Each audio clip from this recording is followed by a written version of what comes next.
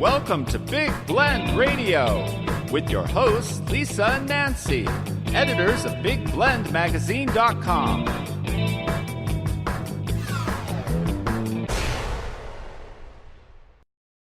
In 1999, Aaron Baker broke his neck in a motocross accident, and it left him completely paralyzed from the neck down. And the doctors gave him a very grim prognosis, and he just kept moving forward. Over the next 16 years, he decided not to listen to those who said he had 1,000,000 to 1 odds of ever feeding himself again. And think about that.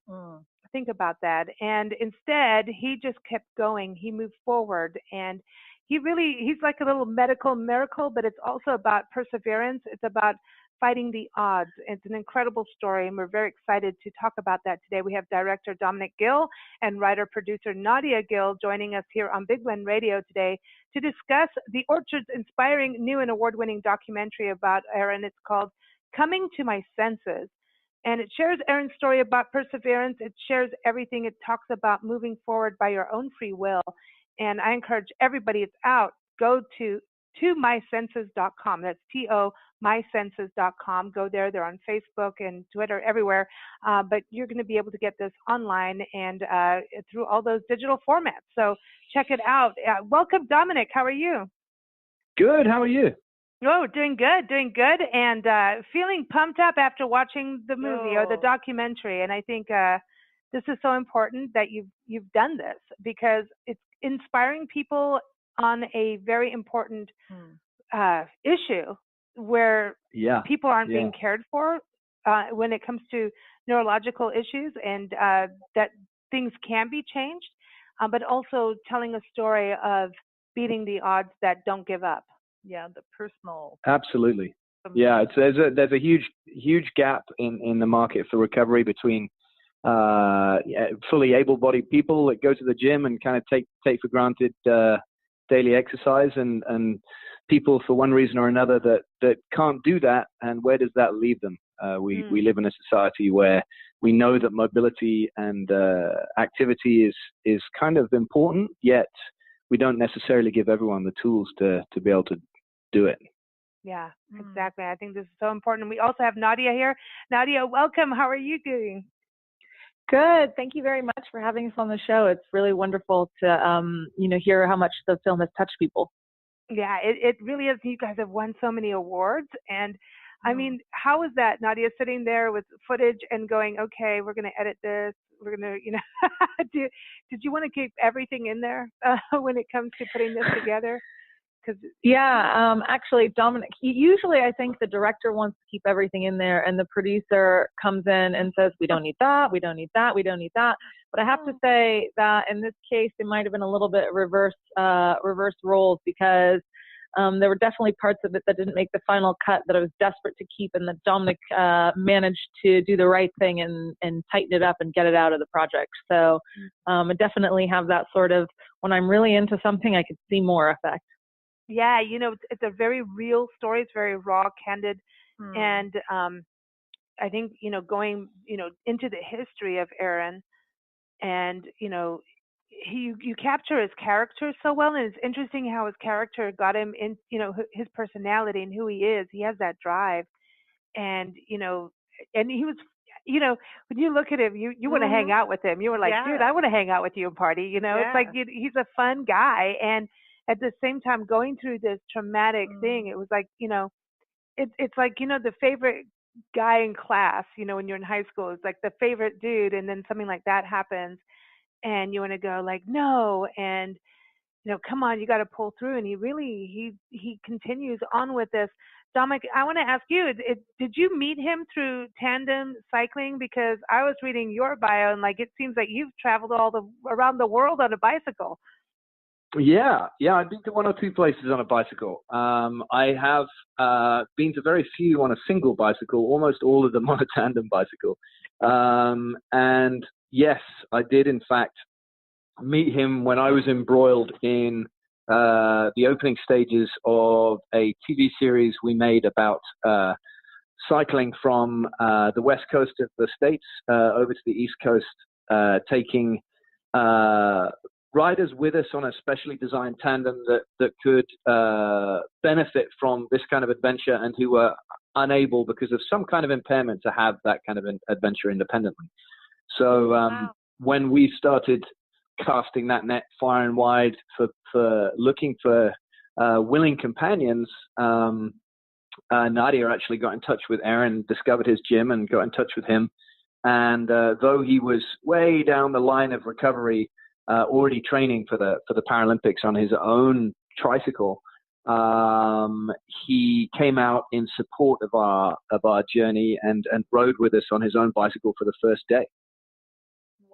Wow, that's amazing. Such an amazing person. And I have to say, you guys made us cry. I know. And I'm like, don't look at me, Nancy. Don't look at me while I'm watching this. No, we're just like, okay. No, I've got allergies. Don't do it. No, but it's true.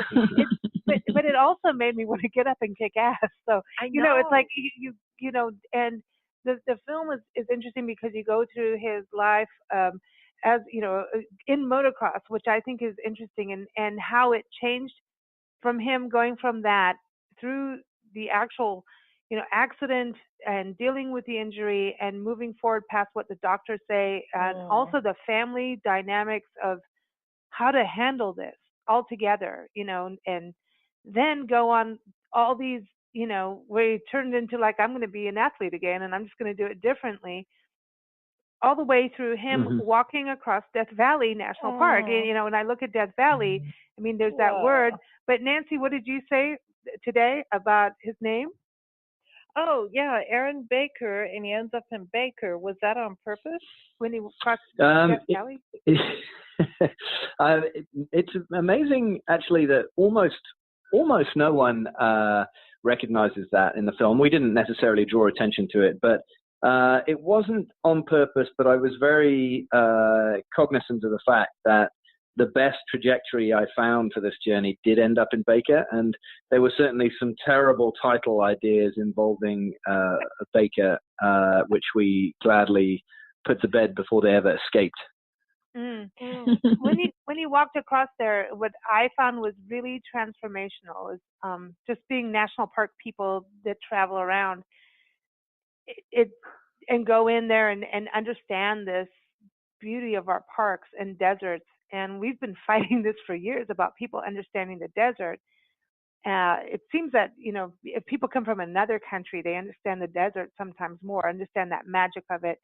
And there's this transformation that happens to you in the desert. We're here in Tucson, Arizona. We walk through the desert. We understand the desert. And when he walked, watching him go through it and talk about the transformation and change, about how beautiful it was and how this is life, all the other stuff, like he really had a change, not just personally because of the challenges and him overcoming challenges, but it seemed like he had a change between the motocross and running a bike around in the dirt versus I'm walking across, I'm fighting to make this happen.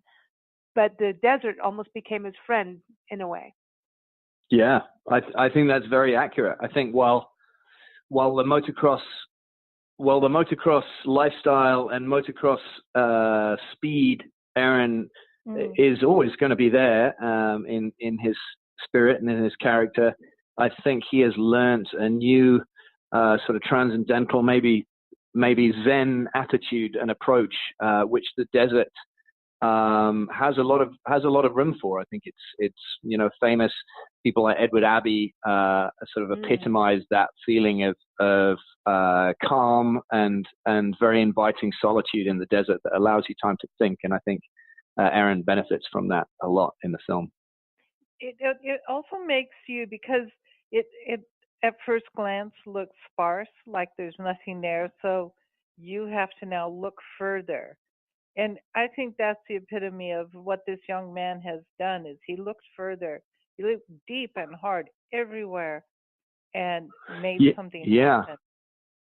No, you're absolutely right. And actually, we chose the desert, and particularly that transect across the dry lake bed, at least partly, to allow the viewer really to focus on Aaron and not be distracted by, although there is an intense beauty to to that landscape, there's no distraction. There's no streams. There are no big mountains. It's very almost two-dimensional, which really focuses your attention on every step that Aaron takes. And he also brought in the fact about how the terrain changes, and I thought that was so awesome. You know, we hike and we're advocates for everybody to get out and take a 1-hour walk once a week. And now I'm like, well, this dude just took it to a whole other extreme. Mm-hmm. You know, we're just trying to get people to get off their butts, and walk because of the experience you can get of just actually coming to your core center, core being a good word with Aaron, right? With what he does. Yeah, exactly. And you come to your core, and you start to see things. And as you know, a filmographer, do you not see that too? When you go out, you start to see the desert changes here, and if we don't get the terrain this way, and you know what I mean? And I think that when we're so wrapped up in a digital society, sometimes we're forgetting, if we don't disconnect and do something like what Aaron did, walking across, we don't see. No, feel. We don't see and feel. And I think he just took it all on in one big swoop. And that was his first solo adventure, right? He's done many things, but that was his first we're always very careful, and obviously in the film we portray this. We're always very careful to make sure we're not trying to kid the public that he is absolutely alone. I was, of course, with him filming, just the two of us. But it's certainly solo in the sense that every adventure up to that point, he had the formidable support network of his family, but particularly his mother. And often, mechanized transport in terms of a support vehicle or something. So this really was the first independent, unsupported adventure, as far as you can be when you have a cameraman carting a sort of a bunch of camera equipment in a wheelbarrow, essentially, across the desert with you. Did you enjoy walking across Death Valley? I loved it. I was slightly anxious about the speed at which we'd be traveling, and wondered whether I would sort of get antsy and impatient. But very, very quickly, partly because of Aaron's attitude and partly because of the desert itself, you slow down into a pace that is very reflective, and it feels very healthy. So it was a great experience for me. Did you have cell phone service or anything like that? Because I know we used to live near there, and it was like, some areas like, we used to live out in Joshua Tree, and it's like, no, not here. I know it's changing in the world, but I mean, were you funnily enough connected? Go ahead. I'm gonna as soon as I say this, you'll remember the part in the film where he's talking to his uncle on the phone, who doesn't really know what the heck he's doing. So there was very much cell service all the time. My phone didn't have service because I have a terrible cell phone provider, or I did. But Aaron, we won't mention who. Say it. Do it. No names. But Aaron kept in touch with his friends and family, and I think that was as perhaps more important for them to know he was okay than it was for him. But I think we were grateful that we were in touch with the world, for sure. Now, Nadia, when you're knowing this is going on, did you have any anxiety about this? I didn't. I can't speak for Katie and Laquita because, they're immediate family members of Aaron, and they have a different level of intimacy with his abilities. But I know Dominic's capable of, of going to great lengths in extreme environments. And I also know that Aaron knows his body quite well. And I think I really trusted the judgment of the two of them. I dropped them off and I filmed a little, and then I picked them up 6 days later, and it was awesome. But at no time did I think that I was going to be risking anything serious. This is interesting too. You said about they know their bodies, like Aaron knows his body. And I think that's one of the things this film does, is it teaches you to connect with your body and to really understand how the brain works and how the rest of your body works and obeys the brain and what you can do. There's the scene where, it's not a scene, it's not a movie, this is real stuff. And I thank God for documentary makers like you guys. We love you. It's like we bow down. We're like, thank God. I mean, it's like you guys are life changing. You change the world. We bring these things that nobody gets to see. It's like, I think it's so important. And thank you to all the supporters, the Kickstarter campaign, everybody who did that. Because, so awesome. We do. I mean, as bad as the world may look, there are awesome people that support projects like this that are so important. And just things can change. I think that's one of the beauties of this film that just shows, like, everybody gets mad at everybody politically. It's like, who cares? You can do things. I definitely think that is something that kind of cuts through the noise a little bit. Every day now on social media, and we live our lives in the online world, and we're inundated with all sorts of antagonistic vitriol and division and derision, and just for a minute you can see something like this, and it doesn't matter where you sit on the political spectrum. It doesn't matter, whether you're rich or you're poor. It doesn't matter. Everyone has an obstacle, and everyone has a goal, and they find that it's hard to manifest those dreams, and it's hard to deliver on those goals. And you just watch Aaron for a minute, and your mind stills, and you hopefully reach down into what's inside of yourself, and you say, okay, what is my trek? What is my journey? What is my what is my overcoming, and what are my 1,000,000 to 1 odds? And then hopefully you just give it a try. And also the importance of, you go into yourself, but you also have to have a team. So it's not a solo thing. There's no way. I mean, this is something, finding out his mom found, just the whole thing of getting someone to help him and looking at Hello Insurance Services, Taylor Isaac coming in and helping, and that there was, someone there that actually could help. And the need for more people like Taylor to be around in the world is important. So I think this is what's so great. But I want to go back to this about your mind, body, right? And back in the day, it's like mind, body, spirit, but this encapsulates this. Dominic, tell us a little bit about, painting toenails and how anger can turn into transformation of goodness. Yeah, well, I mean, I remember the first time Aaron told me that story. I don't know whether it's because I'm English or something else, but I'm a healthy skeptic, borderline cynical about certain things, and the sort of spiritual side of life was something that didn't come easily to me. But the more I listened to Aaron telling me about that sort of transformation of anger into action, if you like, I realized that you don't have to be spiritual to understand the sort of transcendental nature of this, and how it's possible for anyone to redirect energy in a different way. But the more you read up on the idea of this visualization and the channeling of energy, the more you realize that it's plain to see. It's done in almost clinical environments now for sports teams and top level athletes, where visualization gets almost as good a result or as good a result as the actual practical exercise or training itself.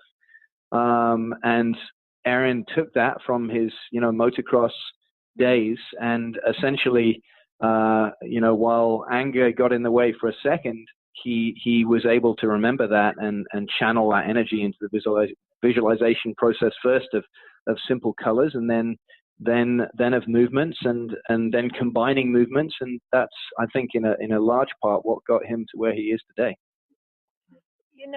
I have an experience with my father, who was in LA General Hospital and told he had like 6 months to live. And 25 years later, he was telling the doctors, you need to go back to school or something, because you're saying it wrong. because he had a family or more actually, and he was not ready to go, and he used, I will say, anger at first, but now I'm going to call it focus. You can get mad. You have to get it out of your system. And it's natural to get mad. And then when you get past that, it is, okay, I say I can change it. How am I going to do it? I'm going to focus on it. And just even how he negotiated the hospital and the doctors was different from day to day. Like he commandeered the ward he was in. He got the patients to talk. He got people to laugh, and he went, and he wasn't the nicest person, I have to say that, but he decided that his goal was to not die. And he told me once that the reason he said he was going to not die because he didn't want someone else to tell him when he was going to die. Right. I think there's a huge synergy between that between his thoughts and Erin's thoughts for sure. I think being a headstrong, motivated individual doesn't always make a recipe for the most charming person. But sometimes when you need to get a job done, it's an incredible strength. And I think Laquita as well, obviously in the film, she says Mom, at one everybody. point, Erin's mom. Laquita. Laquita. Yeah. She's an incredible woman, and she says early on in the film, if denial is what you've got, then denial is a very powerful tool as well. And to your words of commandeering the ward and treating the doctors one way, one day one way, and the next, a different way, I think is, if that's what it takes to get the job done, that's what you have to do. That's what you do. Exactly. That's the thing. It's interesting. I mean, and I look at your dad, my grandfather. When he cut his hand open, on a fan blade in a car. He was fixing a car. Oh, and boy. He did really have a lot of medical things, and it just it's a crazy long story. But his hand, basically, all 4 fingers were cut down to the bone. Right, where you look at where your hand is, and then it goes to your fingers. They were all cut down to the bone. And they were going to cut his hand off. And he said, nope, that won't be happening here. And they're like, no, you're going to have an infection. And they try to scrub it and do all this stuff. He kept his hand because he said, no, And then they said, okay, now it's not your hand, it's your arm up to your elbow. And a couple of weeks later it was, okay, now your whole arm.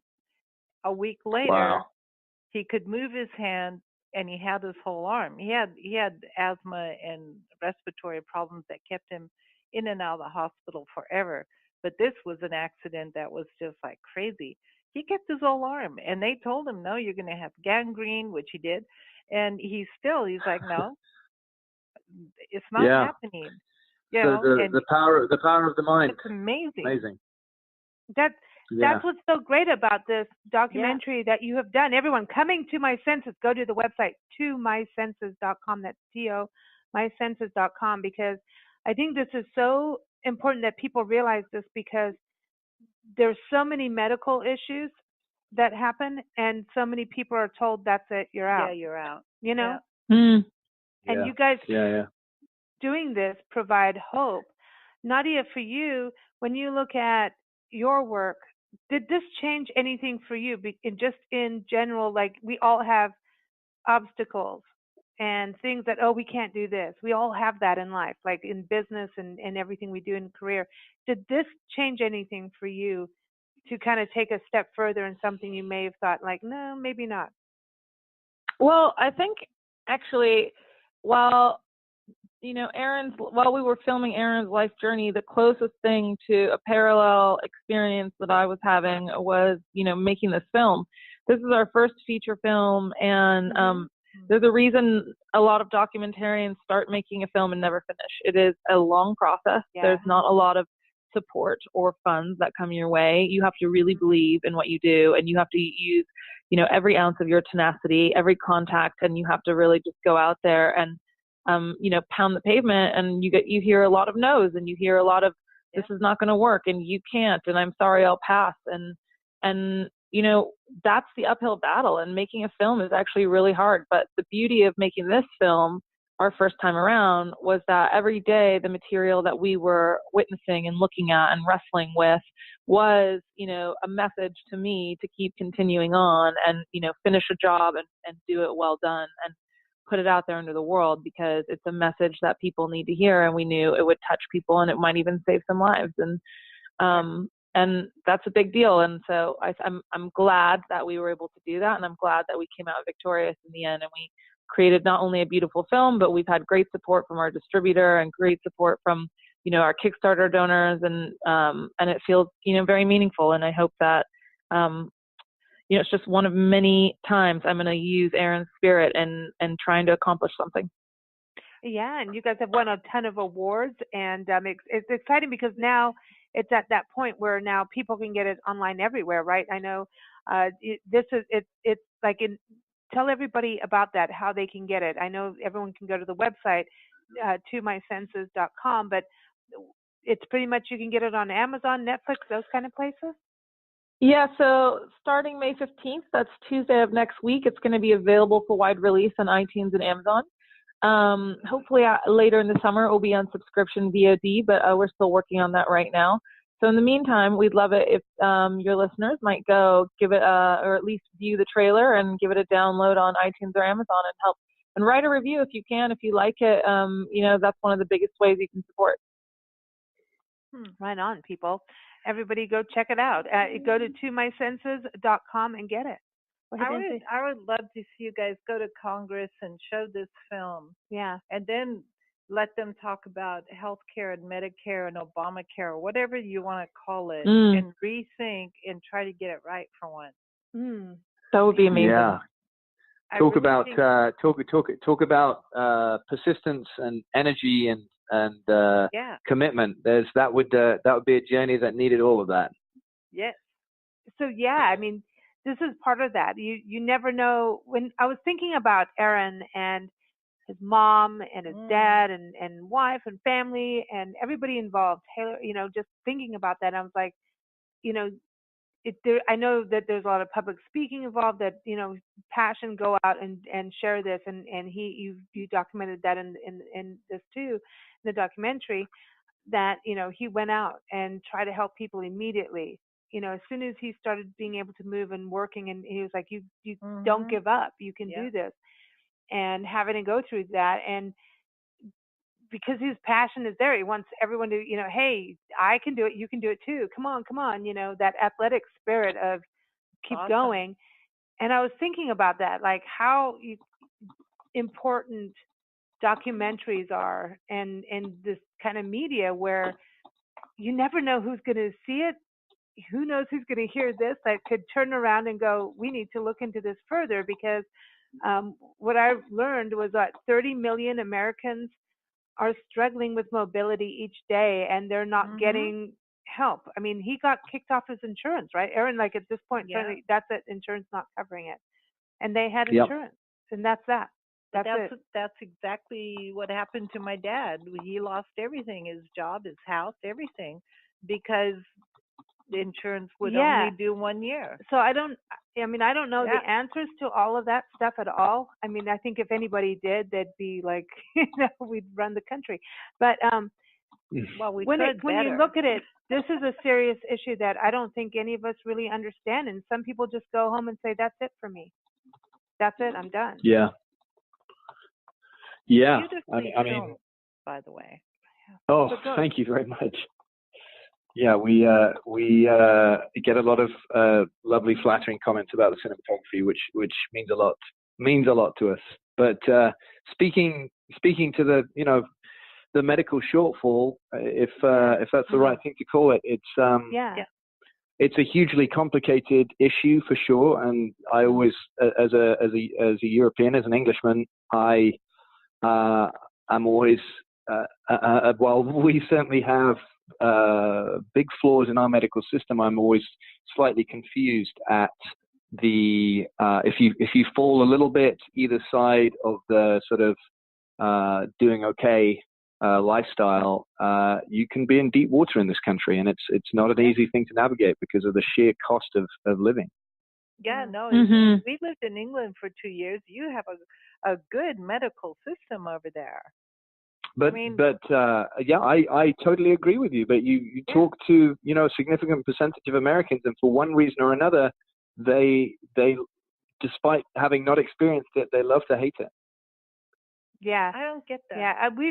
I mean, I remember, getting help over there, Yeah. and we will not talk about what that was about, Nancy. Don't even. Okay. Oh. Anyway, no. Anyway, just don't go camping where sheep, were first. Right.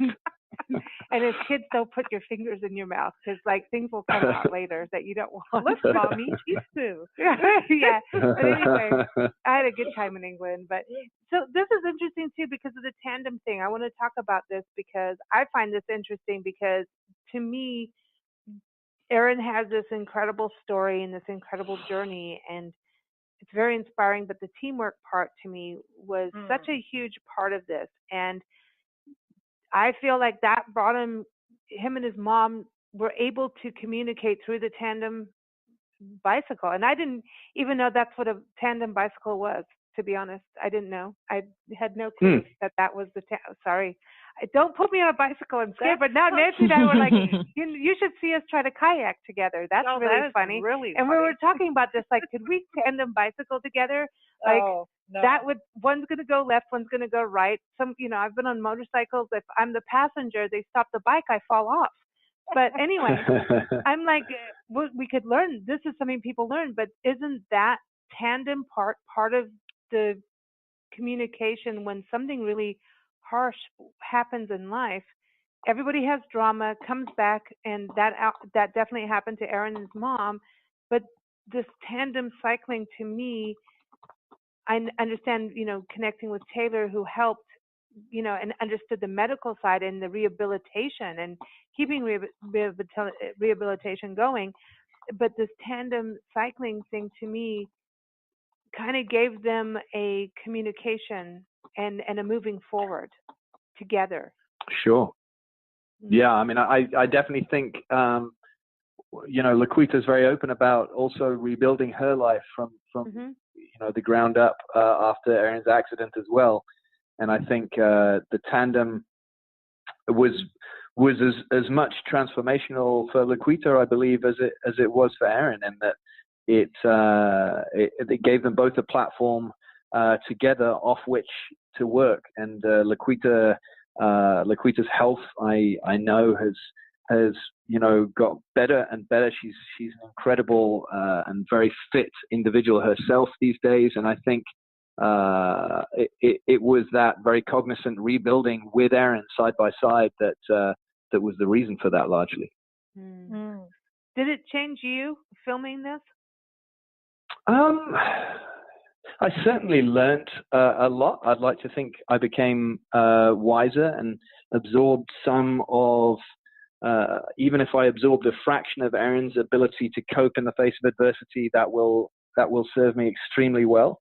But I would certainly, if I think, do I live every day with some of Erin's wisdom echoing in my ears?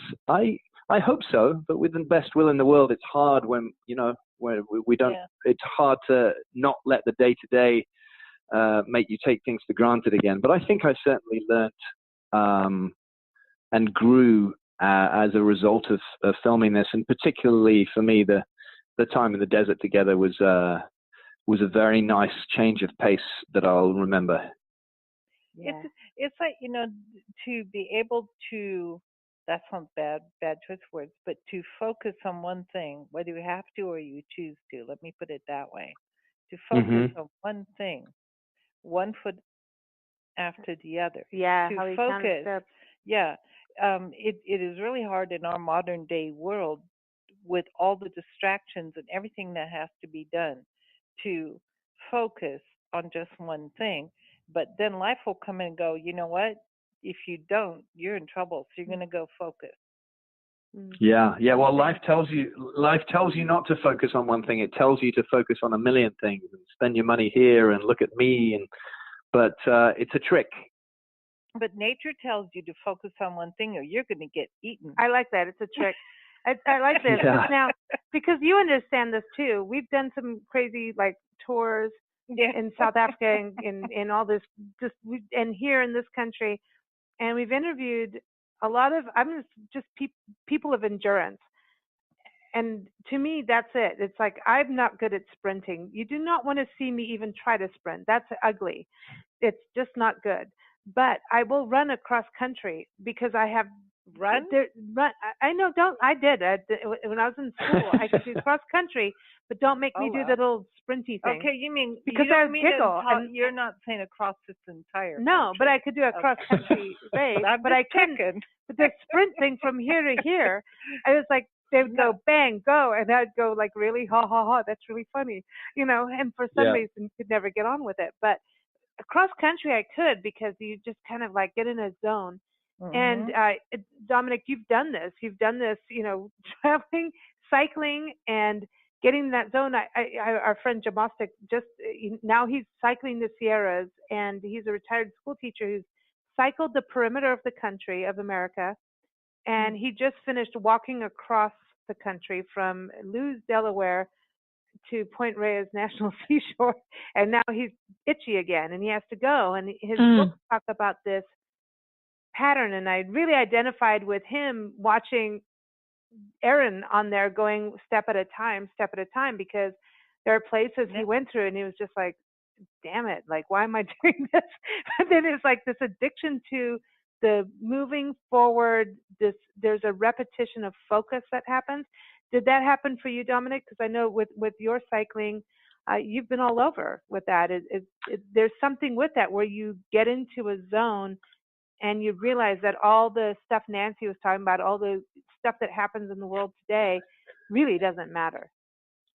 I think there are two things. I think there is something very, very addictive about a linear journey, and it's a very, very unusual thing to be able to experience in a day and age where we are pulled in, sometimes physically and sometimes psychologically in a million different directions with a million different responsibilities at the beck and call of a lot of different people in life. So if you are lucky enough to experience a journey where if you progress forward, a foot, a mile, or 100 miles every day, that is defined as progress, and that is all that matters. That is a very polarizing and powerful experience that is quite addictive and very, very simple. I think that is one important sort of part of the magnetism of these challenges, journeys, but also exhaustion through physical activity is incredibly cathartic and takes you to different places psychologically that I certainly have a great deal of nostalgia for when I get back from a journey, because you suddenly have this incredible fond memory of what you're able to do sort of under fire, so to speak, or in arduous circumstances. You realize that your body is twice or three times the machine you gave it credit for, and that is what Erin is proving in spades. That's exactly it. And don't you think your body is like, oh my God, you're finally using me to almost or sort of to full potential, and then it rushes to bring in the troops, restore, let's do. Right. It gets all like you're using me. Yeah, that's true. That's what I was meant for. So your body gets happy. First it gets really tired though. But I do believe that our bodies, they feel like dormant until we start connecting with them. There's this dormancy. Like I remember going and having to have my wisdom teeth pulled out, which was not fun. All of them at one time. Yippee-yi, let's go. And then all of a sudden, talking about what was going on with my teeth, with the dentist and everything, suddenly there was this weird connection I had with my body, like it's just you and me now. And that's that. We're going to have to deal with this. I'm scared as hell. I don't like needles. I don't like anybody in a white coat. Like it's just you and me. And suddenly there was this weird strength that came out of that. And suddenly like, oh my gosh, I got to really look at what I do with my body. Like there was this weird thing that happened just in that one little thing. I mean, I've had other weird things. Not weird, but like going to the, breaking an arm and having a rod put in and all that kind of stuff. Like that kind of, it's almost like this wake up call of connecting to your body again and having that conversation. And I think we miss that sometimes, that Sure. conversation.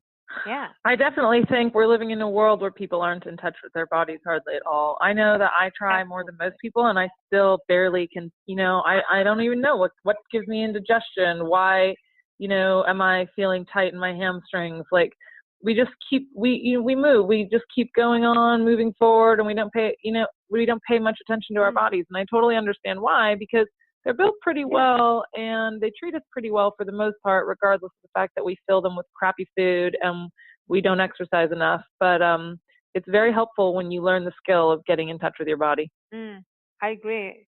Now, Nadia, let's talk about Encompass-Films, your production company. You guys started this in Bolivia in 2008. This is what I'm reading. Cool. So how did this, give me the background on this and why in Bolivia? Well, Dominic happened to be doing his large tandem journey from Alaska to Argentina. And I had just graduated law school and was avoiding becoming a lawyer for a little bit longer. And I was traveling through South America. And we were in a place called the Salar de Uyuni, which is the largest salt flat in the world. And there's a small town of about 400 or 500 people right next to it, where we met in the town square. And we just started talking, and I really liked Dominic's point of view about the world. And I just thought, until then I thought I was adventurous or I was inspired. And then I saw what he was doing and I was like, wow, this guy really puts me to shame. Much the way that when we look at Aaron, we're like, wow, this guy puts us to shame. You have these moments in life where somebody just inspires you to, work harder to fulfill your dreams. And meeting Dominic was definitely one of those moments for me. So we didn't actually start the company for 2 more years, but we kept in touch. And then he came to Los Angeles to do another project where we, basically got together for the second time and realized that we would make a good team. Right on. That's awesome. Right on. This is so cool, you guys. I love it. Yeah. I just so I feel like when anybody complains to me, I just like, go watch this. Yeah. Go buy it and watch it and shut up. Yeah, just shut up and watch it. That's it. That's why I say the power of documentaries is so important, because it just takes away all the drama going on and gets you to see something that is happening. And when did you guys start filming this? We started filming it in 2014 in earnest. I mean, I think we had talked about it for a little while, and we'd filmed a short film in 2012 or 2013, which was about 5 minutes long on Aaron. And then it took us we finished it at the top of 2017, and then it spent a year on the festival circuit, and it's just now getting out to the public. Wow. It's amazing. So learning that part of the distribution and going to the festivals, did you travel to all the different festivals, or? Because you guys won. Yeah, we traveled to quite a few of them. You can't afford to travel to all of them. It's just not possible. And you want to support the film, and you kind of have to strategically choose which ones, fit your schedule and your budget. And so we traveled to Austin Film Festival and Miami Film Festival and Mammoth Film Festival. Newport we didn't have to travel to. It was right around the corner. But for example, the film is playing at the end of the month in Auckland, but we won't be there for that. So it's a little bit beyond our reach right now. Yeah. Okay. Cool. Okay. So I want to ask each of you this question, because I'm really trying to get people to take a walk, and then watching Aaron, I'm like in tears. I'm like, dude, what I'm trying to do is nothing compared, but it's all the same level of, just take a 1 hour walk. Everybody, onehourwalk.com. Go join our Facebook group and put your photos, and we're trying to inspire people to be aware and to get out and breathe and do that connection. So I want to ask each of you, if you could take a 1 hour walk with anyone in the world, whether they're alive or passed on, who would it be and where would that walk be? And what are you going to talk about with this person? There's, when you take a walk, you gain insight with people. Sometimes it's quiet. And then sometimes it's no matter what, you're going to learn, right, Dominic? I know, right? Going on that walk with Aaron, there's going to be lessons from that, whether it's quiet or, you're behind. but there's times where you connect. So that's what we want to talk about. So let's start with you, Nadia. Who are you going to go for a walk with and where? Geez, that's really hard. I mean, you have different people for different reasons. Like on one hand, I would say my mom, who passed away 10 years ago, who was one of the wisest persons that I've ever met. And whenever I have a difficult time in life, I just want to talk to her. But on the other hand, I'm an insatiable reader and an insatiable learner, and I feel like there are educators or academics out there that I would just love to know more about what they do. But I think I'll stick with my mom. So where are you going to go? Ooh, where are we going to go? Well, I mean, the setting is not as important to me, but I'm kind of a city walker.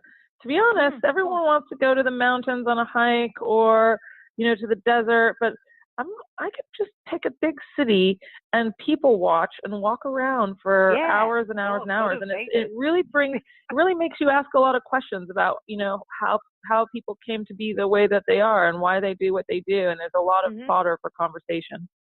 I love that, because that's exactly why we do the 1 hour walk. It's about actually knowing your community. It's about walking your neighborhood, seeing, did this flower bloom this time last year? It's that stuff, or knowing your neighbors and like, dude, that guy's got a weird mailbox, or people watching for sure. So when you walk with your mom, is your discussion on the people and the people watching? Are you creating like things about what these people do for a living, and are they together? Are they not? Like, well, our conversations go all over the place. I mean, sometimes we could, rehash back then a whole episode of Lost or something. But I usually they boil down to the way that we feel and the emotions that are inside of us. And there's definitely a communion and a sense of bonding and a release over, asking advice or ignoring advice. And then also just, asking ourselves about the people that we encounter and, what's going on in their lives, and kind of drawing parallels to things that you see. Oh, nice. Yeah, that sounds like our walks. Yep. Although we make up stories about people we see, and we're like, oh, so-and-so's doing this. Yeah, you're cheating on your wife with this person. Yeah. Yeah, we can tell. Sorry. None of it's true.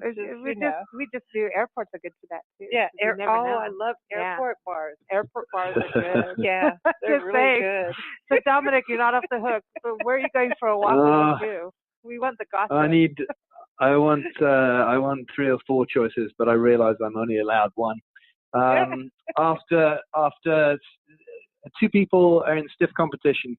One is Charles Darwin, because I am actually a biologist, but he is pipped to the post, the pun intended, by a chap called Gabri Haile Selassie, who is an Ethiopian runner, retired now, but I have never seen anyone behave, especially in the world of sports, but in life in general, with so much honor and integrity.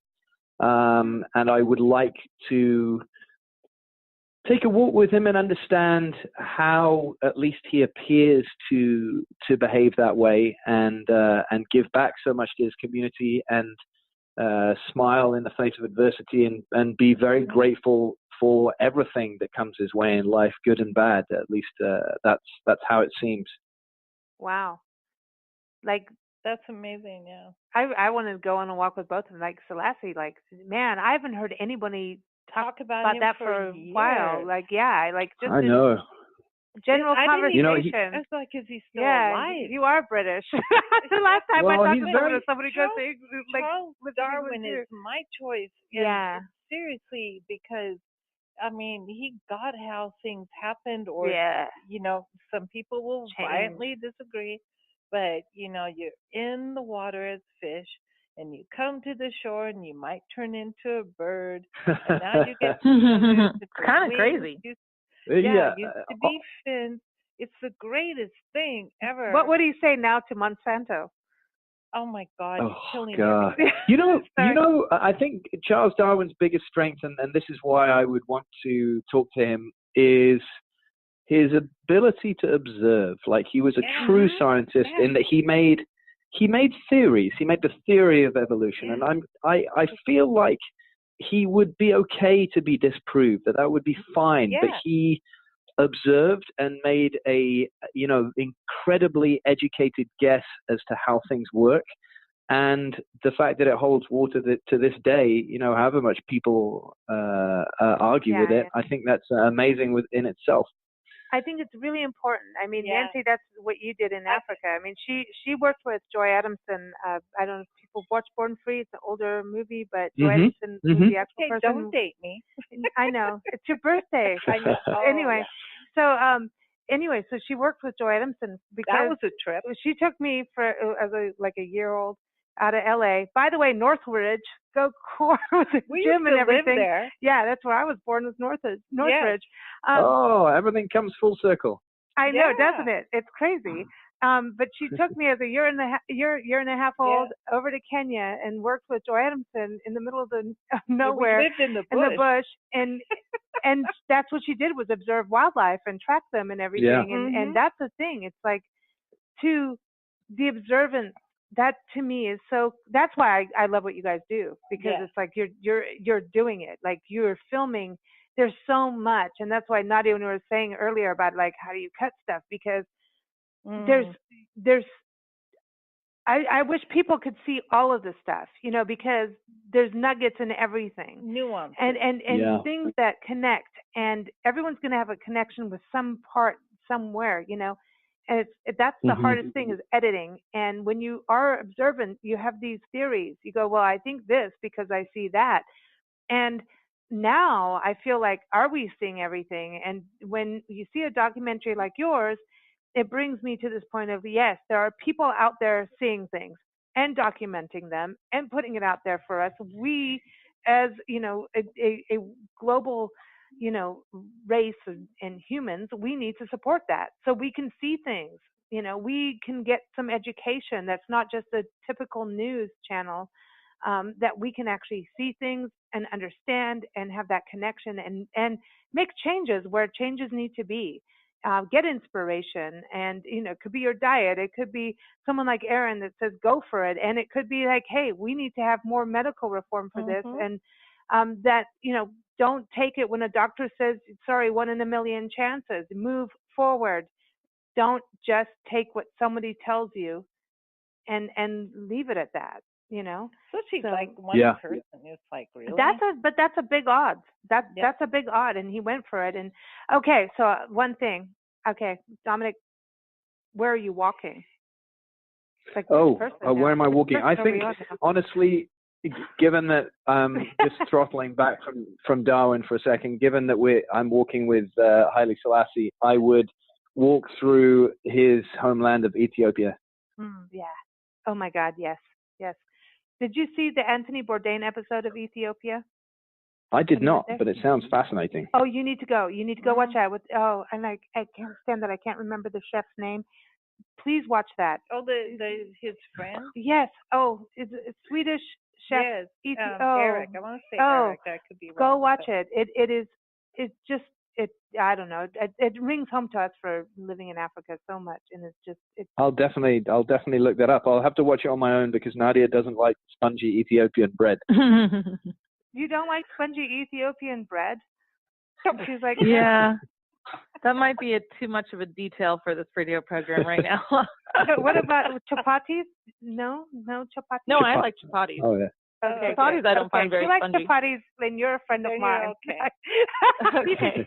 Do you like mopani worms? No, come on, Nancy. All right, we've digressed here.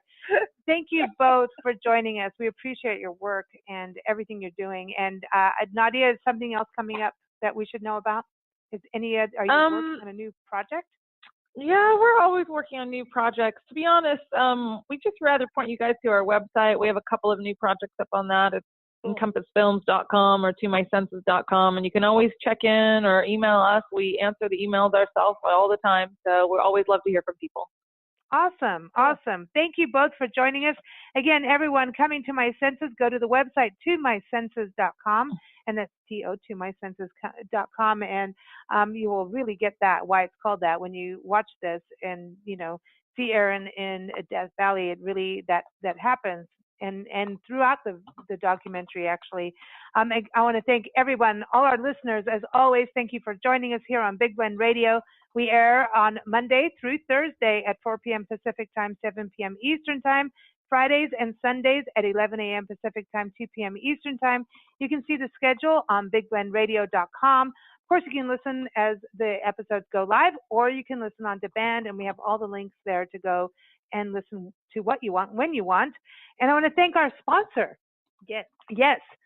Find Something Awesome. It's a book series by Matt Scott that teaches kids early in life the wisdom and life lessons adults get from self-help books. Think about it. If we had a self-help book that we could understand as a kid, it's cool. And it's definitely something that parents can sit down, or teachers, anybody that's a guiding light of a child's life, to sit down with this book as well. He has a whole series. 4 of them. 6 now. Ooh, And wow. yeah, I know. And Cool. really get into positive thought. Something like the boogeyman could scare you, but how to look at it in a positive light and really have your own thoughts, and make decisions. So it's very cool. You can go to findsomethingawesome.com. And now, some music. Yes. You all ready for some music? I am. Yes. All right. Absolutely. This is called Life. It's from Josh Pfeiffer. It's off of his album American Crooner Act 1. Just got his new song, New Shoes, on the Grammy ballot. So we got to give him some props there. JoshPfeiffer.com. This is Life. And listen to this song. Life is definitely what this whole documentary is about as well. Thank you for joining us. You guys take care. Our pleasure. Thank you. Thank you. Thank you.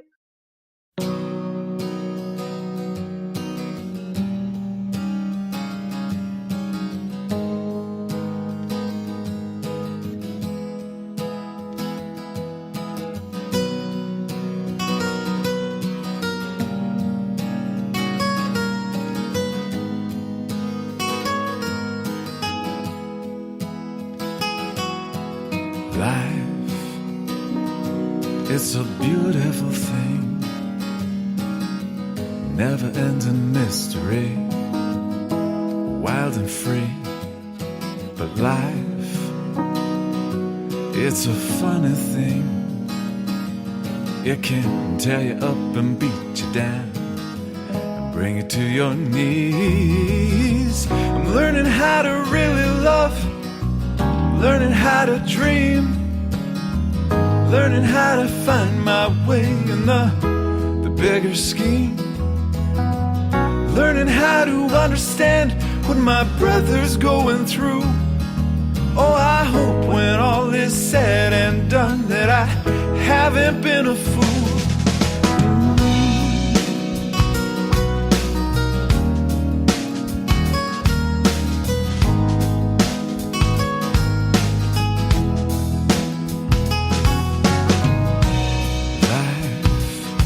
Sends me questions every day that I haven't got the answers for, but I answer anyway. And life,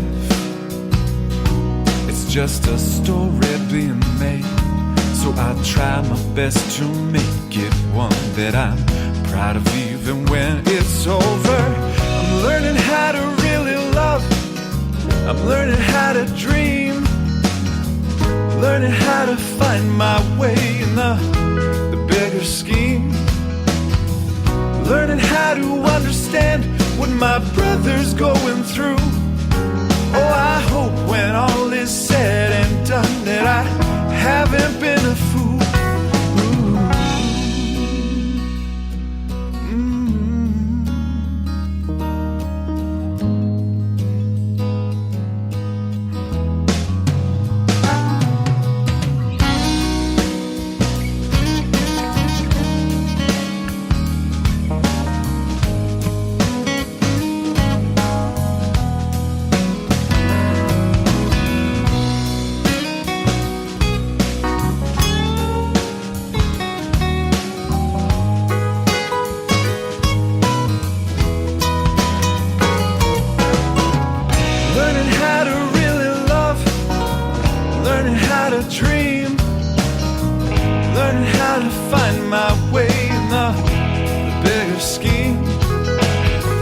Learning how understand what my brother's going through.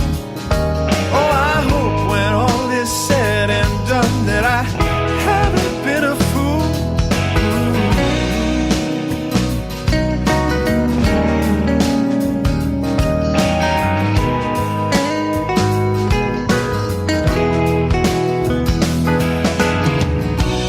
Life, it's a beautiful thing, never-ending mystery, wild and free.